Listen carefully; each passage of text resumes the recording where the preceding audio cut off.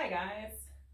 So here we are today. We're going to work on my Messenger 2.0 model. I originally made this gentleman back when I was about 17 for my college portfolio. We've already started his base. We put shoes on him, boots on him. We did the legs in plaster. I borrowed my daughter's legs. It was rather funny. We give him a big old booty, but we're going to attach or build out up his back because he's going to be a little bit portly, and we're going to continue modeling with him with paper mache. I have made a bucket of glue compound with a large quantity of glue and some warm water. I've gone through and shredded up large pieces of paper and smaller pieces of paper. When we get closer to doing more of his head, I probably am going to bring him down to the ground level, and so yeah, you could see his face more pronouncedly. I did do a lot of air dry construction on his face. I gave him a nose, I popped out his lower lip, I bubbled nose, I gave him a big prominent brow bones, and of course his little elfin ears. And when this is all said and done and covered, it's very, the air dry clay has now dried, and it's pretty cool because now it feels like the styrofoam head the modeling head that I use. And I want to get his body done today. So we're gonna look here, see him now as he is, and then we will also see him when I get him completed, the body torso area. And once that's finished, if we have the time today, I'm going to try to get his head done and face if we can. And I'll keep you up to date on all of the progress. And you can watch me for a little while we get this started, because, well, it's kind of cool to see. It's also very, very messy process. I already put vinyl already on the floor to cover everything that we would need to keep safe my hardwood floors in my not so new but newer house. I don't want them covered in glue compound because that would suck. So anyway, we're going to work on this aspect, obviously, and I'm going to try to work around and get as much of his upper torso, and then we're going to connect the lower portion of his body. I used cardboard and, as you can see, chicken wire to create his midsection and flanks, shoulders, torso area.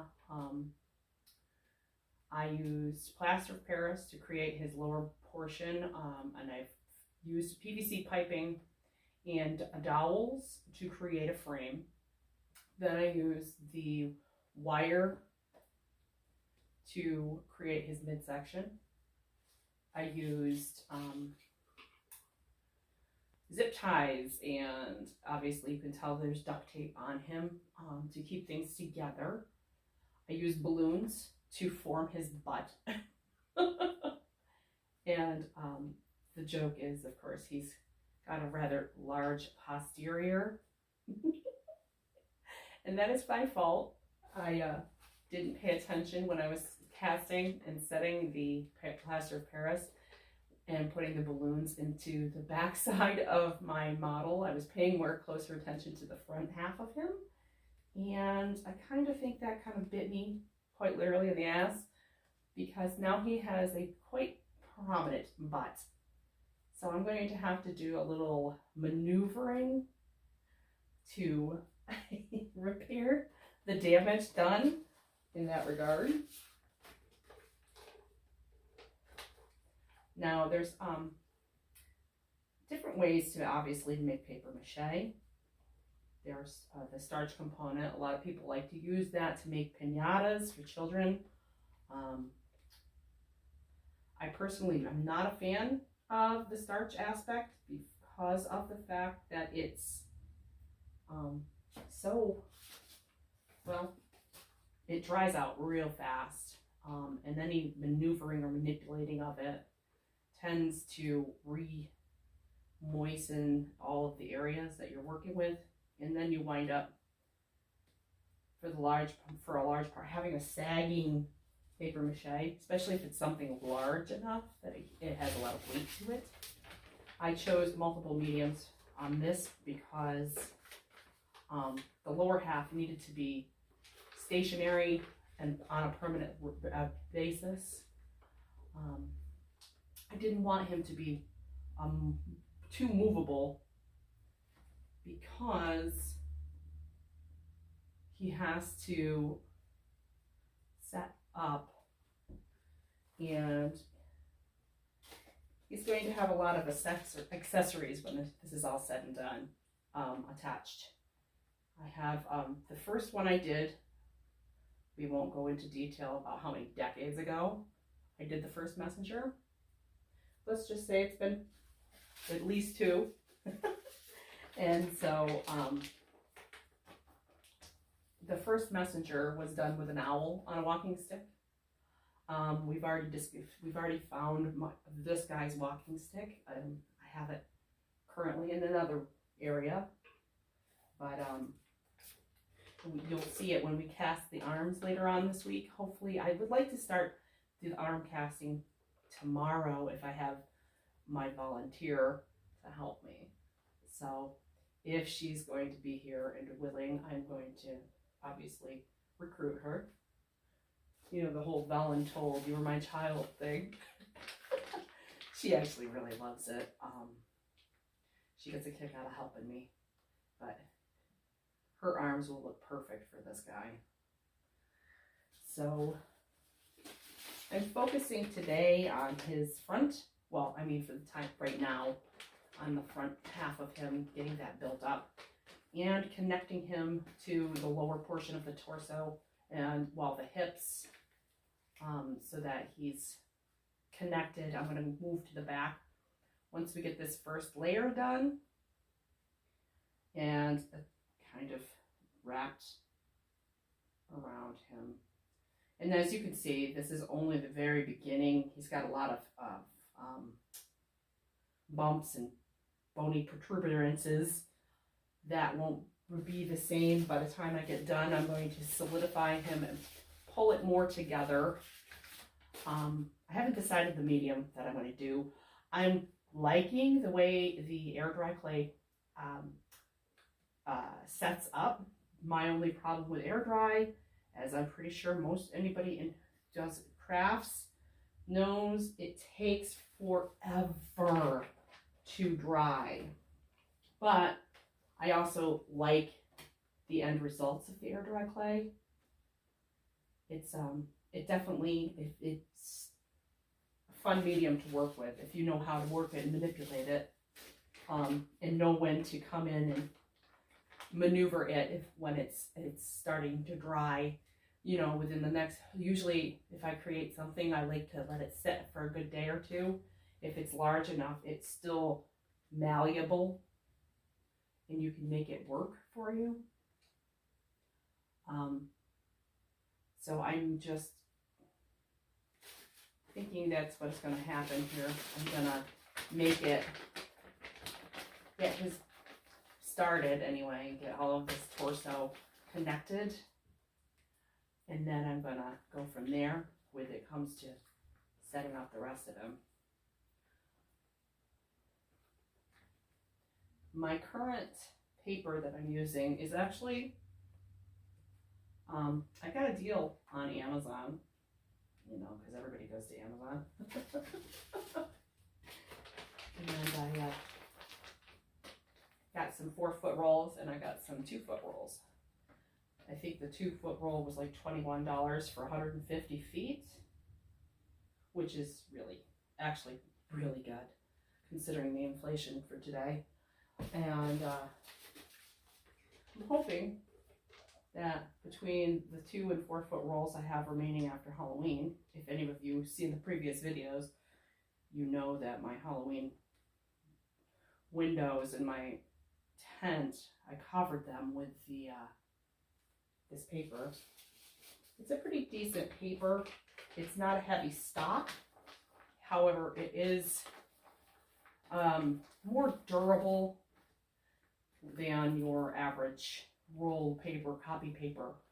Not that you can't use that for paper mache. In fact, if you were going to make something like a piñata out of paper mache for kids to smack, hit, break, I almost encourage you to use a lesser durable paper, because you're going to want it to break apart faster, easier. And use a starchier paper mache material for something like piñatas, because you're going to want it to break. You know, you don't want these kids to stand there with a bat all day long, waiting endlessly and impatiently, waiting for candy to fall out. So, yeah. This is not it. Come on. There we go. I had to cover up that hole. And I did not add glue to that piece because everything else was already done with glue. I gotta work on this other portion of the side of the torso closest to you guys. That's gonna be a little more difficult to do because this area, for some reason, I can't figure out why it kept falling apart and pulling apart. However, for the reasons I don't know, it did. And so we are going to piece this together as best we can. As he drips all over the place. I love it. I'm also capable at this point, even with a visual impairment as severe as mine, of finding all of his little holes to cover up. Well, before I get the back covered, hence why I started with his front. I'm so excited to get this done. It's been a long road to get to this point. I'm so excited. You have no idea. I've been working on getting the capacity to do my artwork back now for over 7 years. This past September 23rd would have been exactly 7 years since the day that I lost my vision to the extent that I have and am currently living with.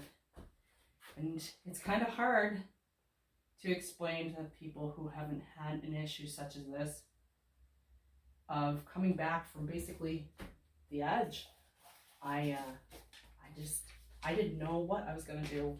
I literally had to relearn everything in my life. And I was very far away from my family at the time. I had to deal with my ex-spouse at the time. And I was dealing with a younger daughter at the time. So yeah, there were a lot of contributing factors. I just lost touch and literally lost sight of the end goal, which has ultimately been to pursue my art. I love art. It's been a huge influence in my life since I was 6 years old. Honestly, I have never found another way of releasing stress, tension, outside, of course, what I'm sure a lot of people would assume you could do that with, at least in an everyday format. And now having difficulties with all of this inflation and all of the job decline and the employment issues and the declining of my vision, I couldn't continue to pursue my nursing or healthcare because I felt I was becoming more and more of a hazard and hindrance than a help when it came to helping older people. I have been a nurse, I'm still licensed for over 25 years, and I still have an active license. I just don't do it actively because I felt with the incredible increase of visual decline, I may wind up doing something accidentally and hurting someone. So, to keep that to myself and to keep my being a hazard overall to anybody, I opted out of the nursing field, much to everyone's utter disbelief, because it had been such a big part of my life, just like art. And a lot of people were not happy with my choice because, well, you know what they say by the old adage, starving artist. You don't make a lot of money doing this. But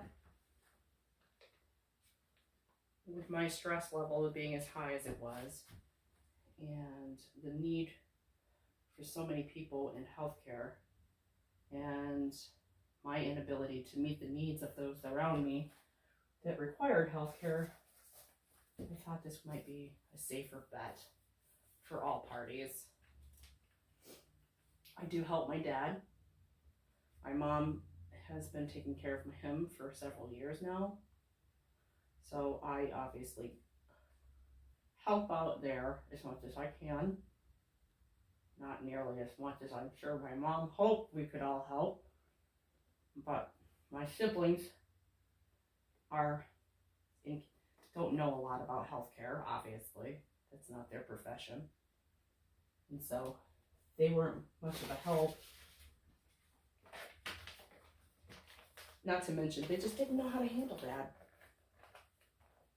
And having been my most prominent field of study for the last 2 decades, I fit the bill perfectly to help take care of them. So again, here I am.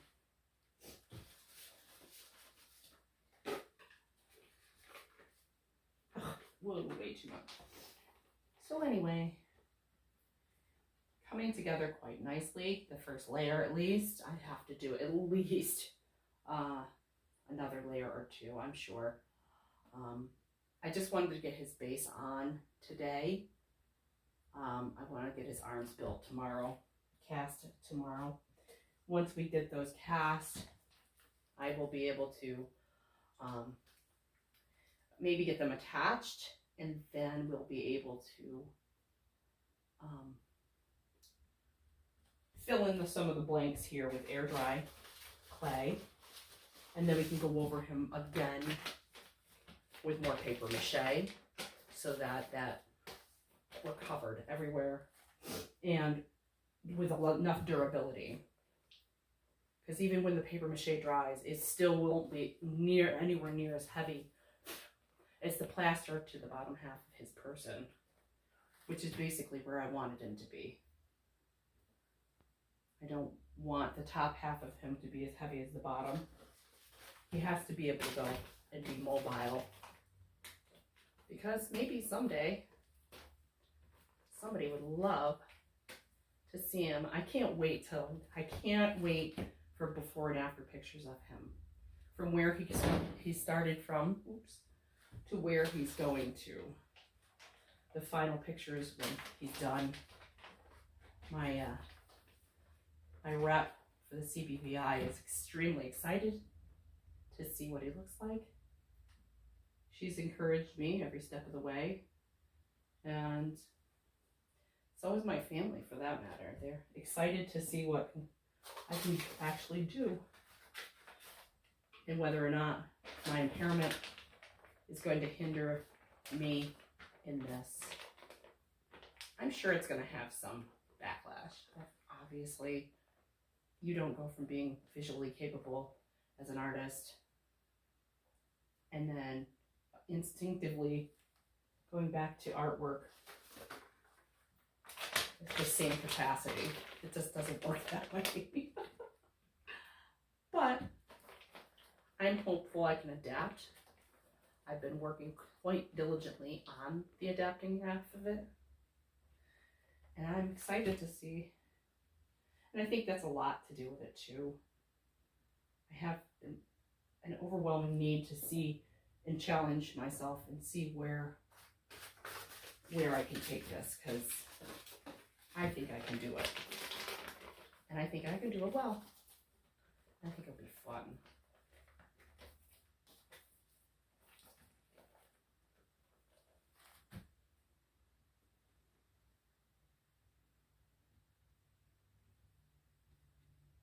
No, I'm not fondling his butt. I am, however, molding the wet portions of the paper mache as he wobbles to his body, because he's definitely in need of stabilizers once he gets set up here. Definitely gonna need some stabilization. Oh no, I'm almost out of paper. Anyway, now that we've seen what we're doing today, and we've completed at least the first layer on the torso portion, I am going to say goodbye until a little later. Ciao. Okay, so here we are, and we're going to start working on him. I've darkened the room a little bit for you guys to be able to see him. I, however, cannot see him. I'm going to be working entirely tactile. You'll see what I mean when I say that I'm literally feeling my way around in the dark. I have to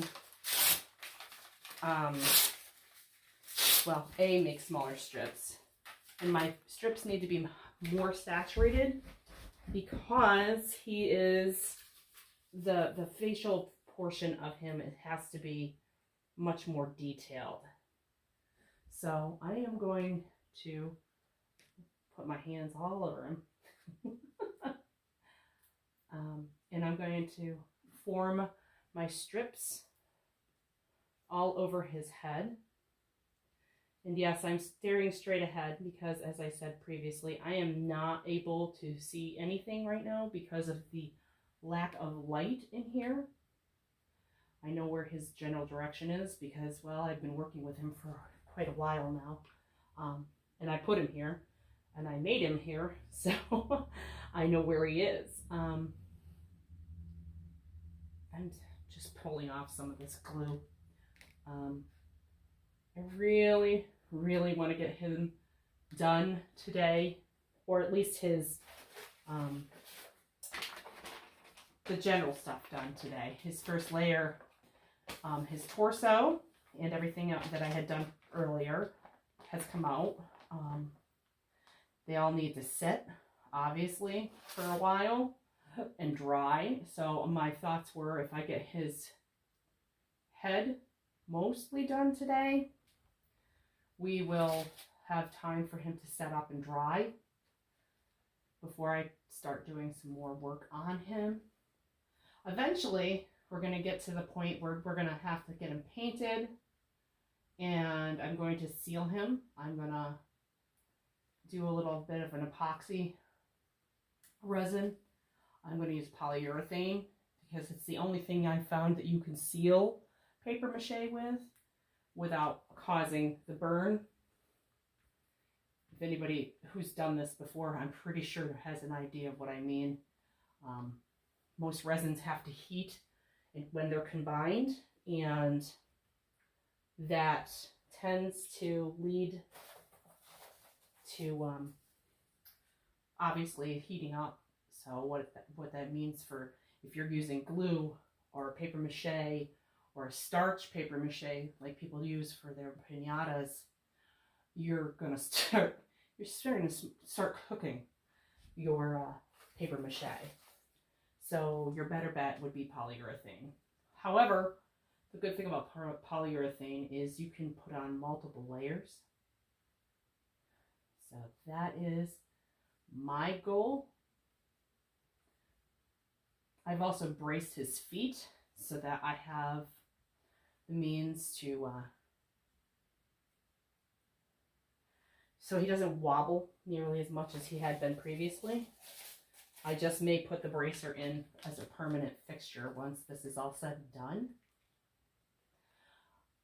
Right now, though, we need to focus entirely on this portion of getting him together. I'm using much smaller strips, as you can see, because you can get into more finer details and the bumps and hollows of the facial features that I previously created with the air dry clay.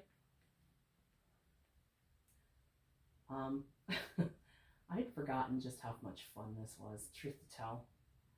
Oh, I don't want that big piece up there. I have to break that down into little pieces. Yeah, I was sitting here earlier while I was getting the rest of him put together, his torso, and I had to admit, there's a lot of things I miss with having lost my vision. Obviously, the first thing I've missed is my vision. The second thing on the list is driving. I miss being able to hop in the car and just go for a drive, to get away from everything, everybody, all of my thoughts, all of the stress and anxiety. When you can't do that and you have nothing else to vent, especially when you can't see, it kind of makes life a living freaking nightmare. No joke. Even though my family is supportive now, now, I shouldn't say now. My absolute blood-related family has been very supportive from word go since this entire thing has begun with my vision. My marriage fell apart, obviously, due to that, because nobody wants to be saddled with a blind bitch for the rest of their life. So I can't say that I fault anybody there. But I do miss, and I discovered while doing the paper mache earlier, how much I miss paper mache. It's so fun, and you can make anything. I've already got plans to make dragons and fairies, and oh my lord, you name it. I've already got all sorts of ideas, and if you can't tell, I love my fantasy art. Once I have the means to get my portfolio out there into the world, people will understand much more about when I say fantasy art. My entire college portfolio was nothing but fantasy art, and I hope to continue that now that I have the means. Or, well, I'm trying to be an adult. Not everybody can be an adult. I hate adulting. I do. Adulting is no fun.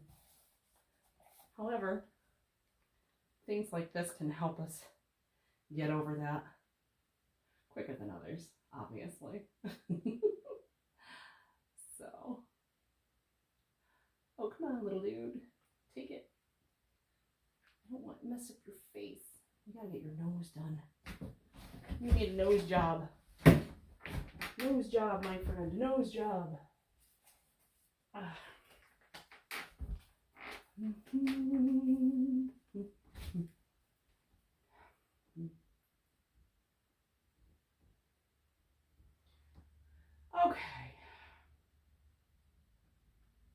Oh, come on. Flatten out. There it goes. A little bit better. Okay.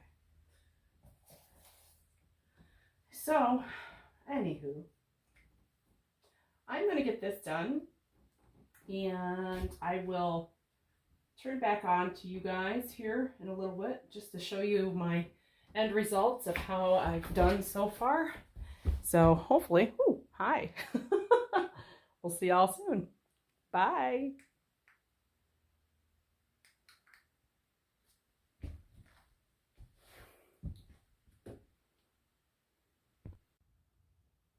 Welcome back, guys.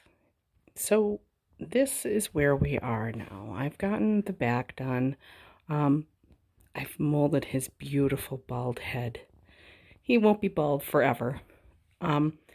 His ears, since they're air dry clay already, I'm not going to put them with paper mache over them. I don't want to distort what I've done on them already.